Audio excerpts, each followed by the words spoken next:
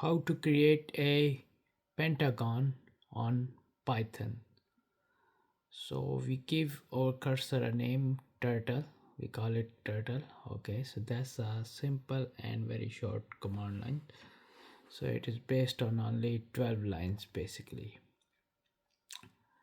Ah, so we give this screen name a turtle. Okay, so we store it onto canvas. We give it a canvas name. That's a variable. Okay, and same like vpen. All right, so pentagon has 5 sides. Okay, so we write down here 5, so it can draw 5 lines. We're telling our cursor to move 100 pixels on screen forward.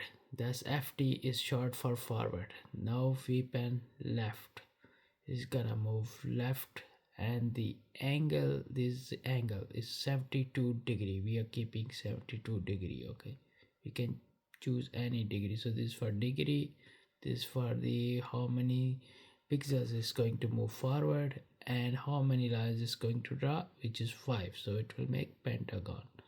So we are going ahead with this command, and let's run the code here.